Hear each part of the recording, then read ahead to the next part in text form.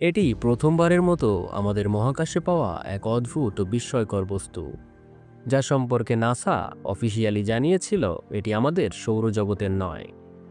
এটি আবিষ্কৃত হয় 19 অক্টোবর 2017 সালে।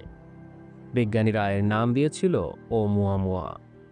প্রথমবার দেখার পর বিজ্ঞানীদের এই বস্তুটি অদ্ভুত লেগেছিল, কারণ এটা আমাদের সৌরজগতের কোনো বস্তুর মতো আচরণ করছিল না।